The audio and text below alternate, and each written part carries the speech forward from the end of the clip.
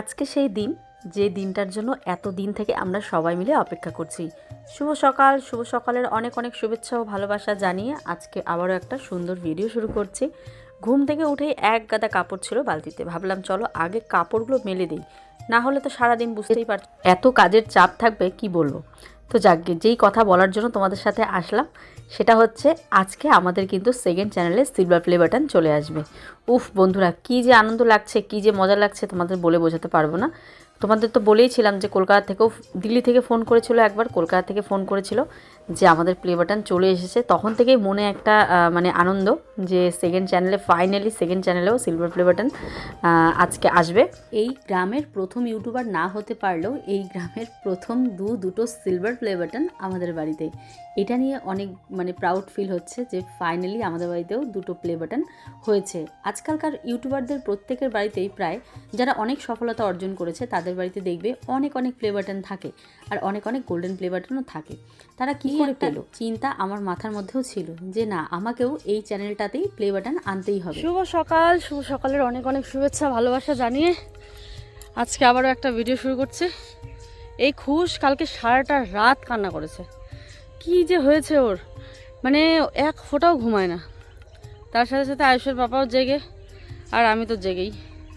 ঘুমটা আসে অবশ্য, কালকে রাত্রে আমারও যে কী হয়েছিল ঘুম ধরে না, ওই 3টা সাড়ে 3টার দিকে ঘুমিয়েছি। ওই তো যতক্ষণ আমি ঘুমোইনি ততক্ষণ আবার খুশ ঘুমিয়েছে, কিন্তু যেই আমি ঘুমালাম অমনি শুরু। মাঝখানে উঠেছিল, যখন জেগেছিলাম 1-2বার উঠেছিল, মানে এমনি এরকম করে ও উঠে না। ও কিন্তু ধরো রাতে যদি ঘুমায় 11টার দিকে, তাহলে ওর ধরো 1টার দিকে একবার উঠবে, আবার ধরো ভোর 4টা-5টার দিকে উঠবে, ব্যাস ওর হয়ে যাবে। তাহলে তাছাড়া সারা রাত ঘুমায়। কিন্তু কালকে যে কি হয়েছে 2 দিন থেকে, কালকে একটু বেশি, 2 দিন থেকেই বহুত খ্যাত করছে আর কি। শরীরটা ভালো নেই যে, সেই জন্য। তো আর উঠেই পড়লাম, এত একবারে ভালো লাগছে না। তো দিদিও আসলো, তো বললাম আমি ধরো কাপড় চোপড়গুলো আমি মেলে দিয়ে আসি, এখন উঠোন ভারী করে ঝাড় দেবো। অনেক কাজ আছে সকালের, সবার বাসি কাজ হয়ে গেছে, আমাদেরই লেট হয়ে গেল। সারা রাত ঘুমোতে পারিনি, তাই একটু ঘুমিয়েছিলাম। তো চলো বন্ধুরা, ব্লগটা দেখতে থাকো, আশা করি ভালো লাগবে। আচ্ছা বলো তো, তোমাদের মনে আছে নাকি যখন আজ থেকে প্রায় 5 বছর আগে এপি শেয়ারল চ্যানেলটা খোলা হয়েছিল, মাঝে মাঝে একবার চ্যানেলটার নামও কিন্তু বদলে দিয়েছিলাম এপি ফুডবিলা। তখন আবার ওই খামার বাড়ির রান্নাবান্নাগুলোও শেয়ার করেছি। প্রচুর এক্সপেরিমেন্ট করার পর ফাইনালি এই চ্যানেলটা একটা জায়গায়, মানে একটা পার্টিকুলার কন্টেন্টের ওপর বেস করে চ্যানেলটা চালাতে পারছি। তোমাদের মনে আছে নাকি 5 বছর আগে যখন আয়ুষ অনেক ছোট ছিল, আয়ুষ আর আয়ুষের পাপা ইটিং শোর ভিডিও করতো এই চ্যানেলটাতে, মানে আমাদের সেকেন্ড চ্যানেলে। তো এখন আমি সেই ভিডিওগুলো দেখি, আয়ুষের কত ছোট ছিল, আর তখন কি ভেবেছিলাম যে এই চ্যানেলেও একটা সিলভার প্লে বাটন আসবে।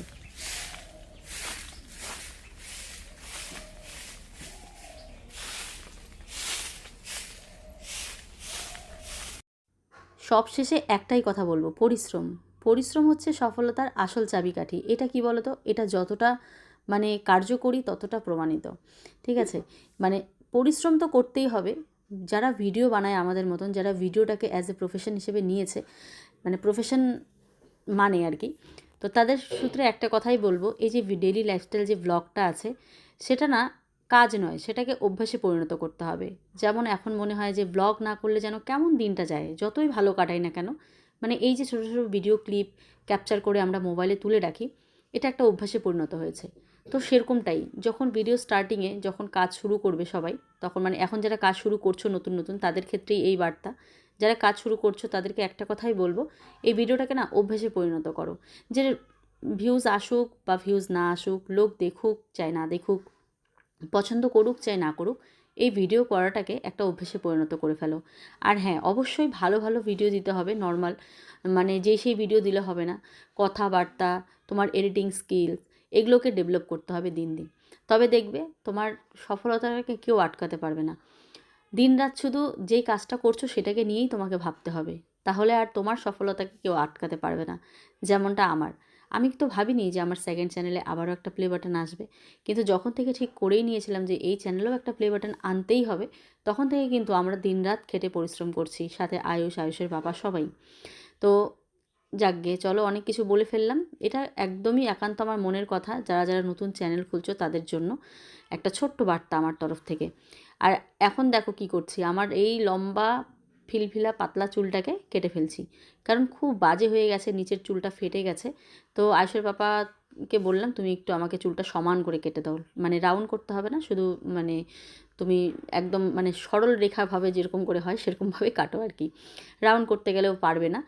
আমরা যখন বিউটিশিয়ান কোর্স করেছিলাম, এই সোজাভাবে চুল কাটার জন্য আমাদের 0 ডিগ্রিতে আগে কেটে নিতে হয়, তারপরে মাপঝোঁক করে কিন্তু কাটতে হয়, তবেই সোজা একটা হেয়ার কাট হয়। তো যাকবে। তো বন্ধুরা, বাজে এখন দুপুর 2টো, স্নান টান করে নিয়েছি। ব্লগিংটা যে কীভাবে করবো আমি সেটাই তোমাদের বুঝে উঠতে পারছি না। রিও সোনার লাস্ট আজকে ইসে দিয়ে গেল, স্যালাইন দিয়ে গেল, ওকে নিয়ে রোদে শোয়ালাম। ওকে বলছে আজকে খাওয়াতে চিকেন স্টু খাওয়াতে একটুখানি, তো খাওয়াতে বলছে তাই বানালাম। খুশ শরীর ভীষণ খারাপ, খুশ বারবার উঠে যাচ্ছে, ওকে নিয়ে মানে কান্নাকাটি করছে বারবার, ব্লগিংটা করতেই পারছি না। তো যাকে শুরু করলাম, দেখি আবার কতক্ষণ কন্টিনিউ করা যায়। আয়ুষের বাবা আসবে, আয়ুষের ওষুধ চলে এসছে, ফালাকাটার থেকে আনতে গেছে আয়ুষের বাবা। শুধুমাত্র ভাতটা হয়েছে, খিদে পেয়েছে, কালকে রাতটা খাইনি, কালকে চচ্চড়ি ছিল সেটা দিয়ে খাচ্ছি। আয়ুষকে খাওয়াবো, এখন আয়ুষকে ডাকবো, স্নান করাবো, খাওয়াবো ভাত। মাছ এনেছে, মাছটা ভাজা করি তাড়াতাড়ি তাড়াতাড়ি আজকে খেতে দিই।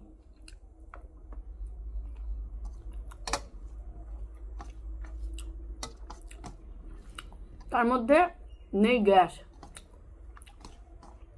আজকে রাত্রে গ্যাসটা ঢুকাতেই হবে। ভেবেছিলাম গ্যাস ছাড়া চলতে পারবো, কিন্তু এই আপদ বিপদে চলা যায় না, মানে এখন যেমন ইমার্জেন্সি তাড়াতাড়ি রান্না করতে লাগে, সেটা হবে না।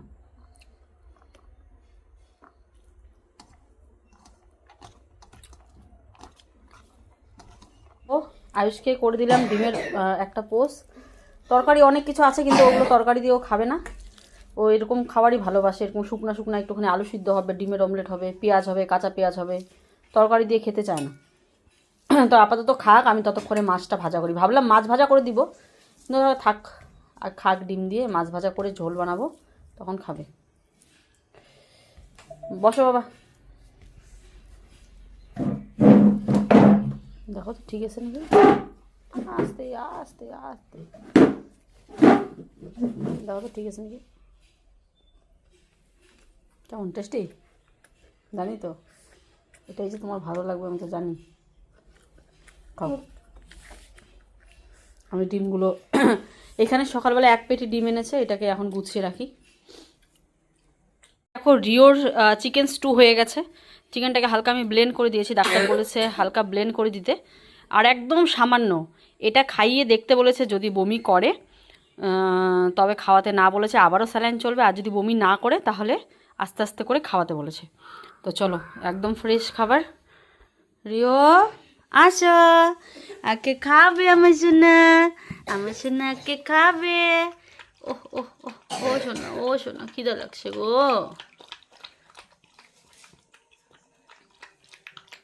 পেটটা দেখো, খালি ওর পেটটা দেখো, ওহ মানে এত মায়া লাগে না, মানে কি বলবো, কি জানি। দেখি খেলো, দেখি এখন দেখতে হবে আমাকে, ও যাতে বমি না করে, ওখানে আছে। চলো এবারে উনুনটা ধরাই তাড়াতাড়ি করে। ব্র্যান্ড প্রমোশনের ভিডিও ছিল, এগুলো করতেও সকালবেলা একটু লেট তো হয়, তাই না। এই শ্যাম্পুটা ইউজ করছি অনেকদিন থেকে, বেশ ভালো, আয়ুর্বেদিক। তো দেখা যাক, বমিটিং হলে আবার ফোন করতে হবে। তো চলো উনুনটা তাড়াতাড়ি করে ধরিয়ে মাছটা ভাজা করি, রান্না করি তাড়াতাড়ি। সেই যে আয়ুষের পাপা গেছে ফালাকাটাতে, আমার তো রাগ উঠছে রীতিমতো, যে এত এত মোবাইলে কাজ আছে, এদিকে আমাকে ব্লগটাও, কখন রান্না করব কখন কাজ করব, ও কেন আসছে না, আবার একদিকে চিন্তাও হচ্ছে। ওর বাবার মোবাইলটার একটু সমস্যা হয়েছে, সিমটা আপাতত বন্ধ আছে, কি কারণে ওটা আবার ঠিকও করছে না, মানে এতটাই মানে সময়ের অভাব, যে একটু দোকানে গিয়ে একটা নতুন সিম নিবে বা কিছু একটা সিমের কি সমস্যা চলছে ওর সেই সমাধান করবে, সেটাও করছে না, যার জন্য ওকে আমি ফোনও করতে পারছি না। সেদিন রাতেও এরকম হয়েছে, ফোন করতে পারিনি। তো চিন্তা হয় না মাঝে মাঝে, যে বাইরে থাকলে একটা পুরুষ মানুষ গাড়ি নিয়ে যায়, এদিকে চিন্তাও করছি, এদিকে কিন্তু রান্নাটাও বসিয়ে দিয়েছি। এবার রান্না না বসালে এসে খাবে কি, এসে তো খাবে। তো যাকে, যার জন্য অনেক মানে অনেকক্ষণ অপেক্ষা করছি। তারপরে যখন বাড়িতে আসলো তখন শুনলাম ওর গাড়ির একটা সমস্যা হয়েছিল, যার জন্য এত সময় লাগলো, বাইকের কি তার কেটে গেছে। তো তার জন্য ফালাকাটার থেকে ওষুধ নিয়ে আসতে, মানে 12:30 গেছে, 3টার দিকে বাড়িতে এসেছে ও, তাহলে বুঝতে পারছো। তো এখানে আজকে ও রুই মাছ এনে দিয়ে গেছিলো, ও কিন্তু রুই মাছ সচরাচর আনে না, কিন্তু আজ জানি না ওর কী মন চেয়েছে, হয়তো পকেটে পয়সা ছিল না যার জন্য রুই মাছ নিয়ে এসেছে। মানে রুই মাছ ও কখনও আনতে বলে আনে না, আমি এত বলি ও বলে না কাতলা মাছ ভালো, কাতলা মাছ ভালো। রুই মাছের একটু দাম কম, কাতলা মাছের একটু বেশি। তো আমার মনে হয় প্রত্যেকদিন কাতলা মাছের থেকে যখন মাছ আনে একটু রুই মাছ আনলে পাতলা ঝোলি তো খাবো মাছের, তো রুই মাছটা আনতে বলি, ও আনে না। তো আজকে কোন ইয়েতে যে রুই মাছ এনেছে আমি ওটাই ভাবছিলাম, তারপর ভাবলাম হয়তো পয়সার সমস্যা বা শর্ট আছে যার জন্য আনেনি, এটা আমার মনে হয়েছিল। তো এবার দেখো মাছগুলোকে ভেজে নিলাম আর উনুন ধরিয়ে নিলাম, গ্যাস যেহেতু নেই তোমরা জানো, আর উনুন এরকম শুকনো খড়ি থাকলে দেখবে উনুন ধরাতেও কিন্তু তাড়াতাড়ি হয়ে যায়। মাছটাও সুন্দর করে ভেজে নিলাম।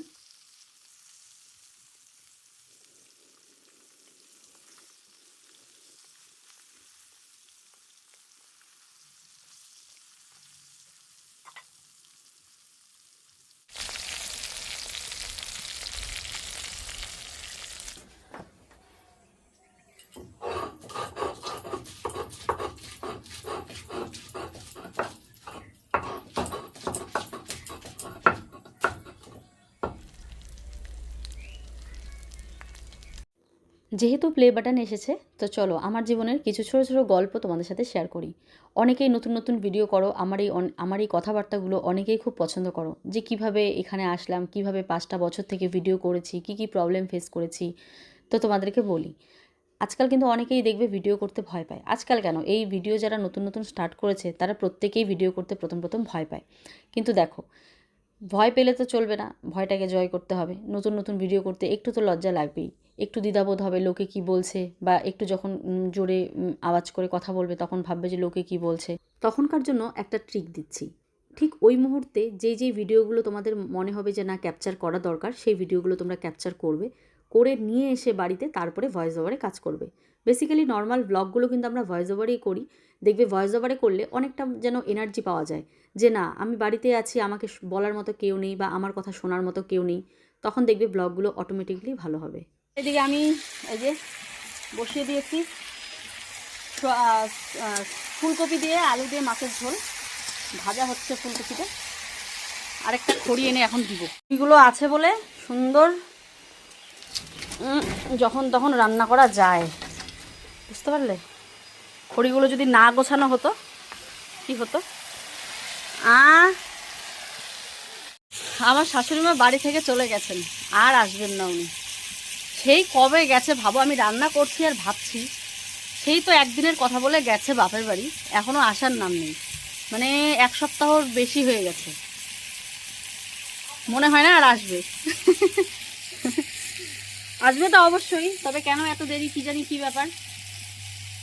আয়ুষের বাবার সাথে যদিও বা ফোনে কথা হয়, আজ আসি কাল আসি করে আর আসছেই না।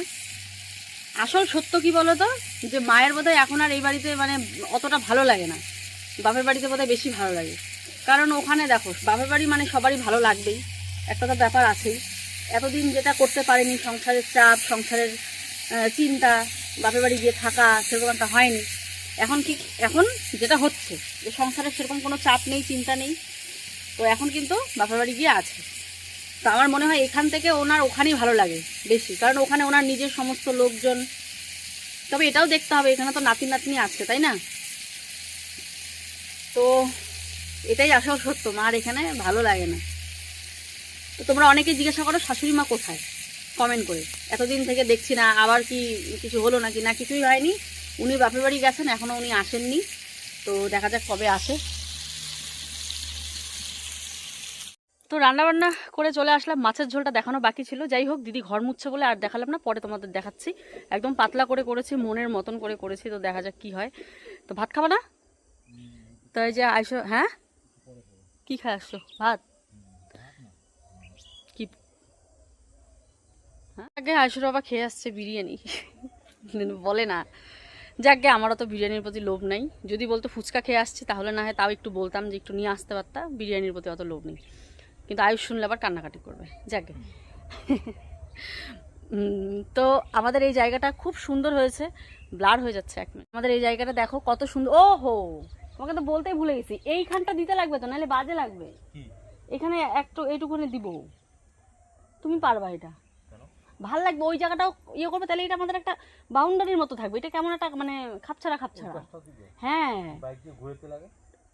অত দূর না, ওই যে দেখো, ওই যে যেই টপটা রাখা, ওই যে কলা গাছটার নিচটা অবধি দিব, আর এখানে তো দেখতে ভালো লাগবে তাহলে জায়গাটা। আর এখানে ভাবতেছি একটা মাচা করবো, এই যে এইটুকু মাথা জায়গা। কি আছে বাবাই বলছে এটাকে উঠে উঠে দিয়া হ্যাঁ, ঘষে দিব, ঘষে দিয়ে রং করে দেবো, এটাতে বসাবো। এই জায়গাটা করার ইচ্ছা আছে একটা মাচা। তো দেখা যাক, মাচা মানে তো বুঝতে পারো যেখানে বসা হয়, গ্রামের বাড়িতে থাকেই সবার বাড়িতে প্রায়। তো এবারে ও আসলো অনেক কটা ফুলের চারা নিয়ে, চলো তোমাদের দেখাচ্ছি এক এক করে। আর এনেছে তোমার আর এই জায়গাগুলোতে লাগাবে হচ্ছে জবার চারা, জবা গাছের গর্ত করছে, এই জায়গাটাতে জবার চারা লাগাবো। আর ইচ্ছে আছে কয়েকটা আমি আমার ইসে আছে, গাঁদা ফুল আছে, গাঁদা ফুলের ডালও লাগিয়ে দেবো, যাতে করে পরবর্তী শীতকাল আস্তে আস্তে বড় ঝাপড়া হয়ে যায় একদম। এখন লাগিয়ে দিলে গাছগুলো বড় হবে, মানে আগে আগেই ফুল ফুটে যাবে, শীত পড়তে পড়তেই ফুল ফুটে যাবে পরের বছর আর কি। বছর তো দেখতে দেখতেই কেটে যায়, তাই না বলো? বছর থাকবে না, ওটা বর্ষাতেই ফুল হয়ে যাবে। বর্ষাতেই ফুল হয়ে যায়, ভালো লাগে বর্ষাতেই নষ্ট হয়ে যাবে। দেখতে ভালো লাগে। তো বন্ধুরা এই যে দেখো, এখানে আমার ছোট সোনা উঠে পড়েছে। আর এবারে এখানে দেখো আয়শারফা এনেছে ফুলের চারা। বের করতে মনে হয় না পারবো এক হাতে, অনেকগুলো চারা এখানে এনেছে। এই যে পকোড়া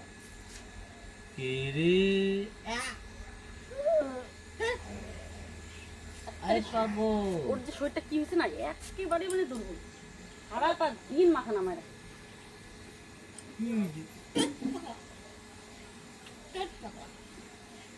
বন্ধুরা মন মেজাজ বাচ্চাটার একদম ভালো না, কি যে হয়েছে বাচ্চাটার আমরা বুঝতেই পারছি না।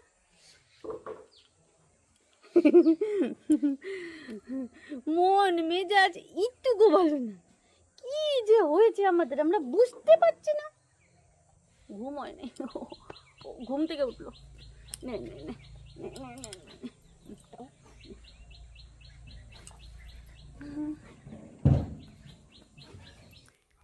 দেখি এবারে আমার বাড়িতে ফুল না হয়ে কোথায় যায়। একদম পুরো মানে এই বাগান করে দিব, একদম জবার গাছ বলো, গাঁদা ফুলের গাছ বলো। আশা করব নেক্সট বছর আমার বাড়িতে ফুলে ফুল হবে, আশা করব সেটা।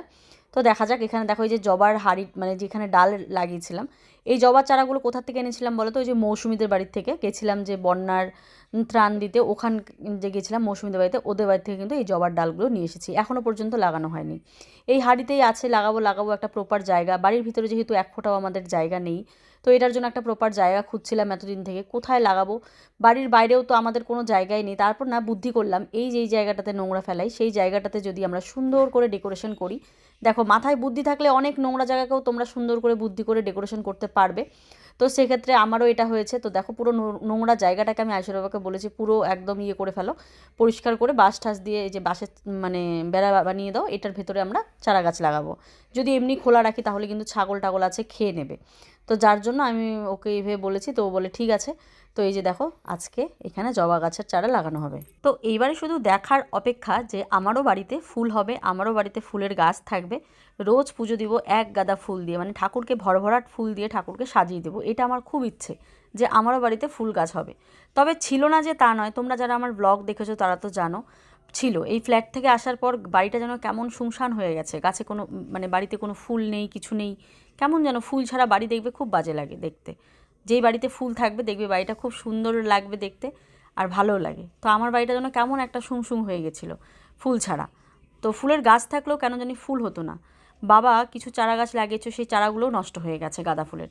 মানে এই যে বৃষ্টি পড়লো, সেই বৃষ্টিতে মানে বাবার লাগানো চারা গাছগুলোও নষ্ট হয়ে গেছে গাঁদা ফুলের। না হলে কিন্তু এবছর আমাদের বাড়িতে প্রচুর ফুল হতো গাঁদার।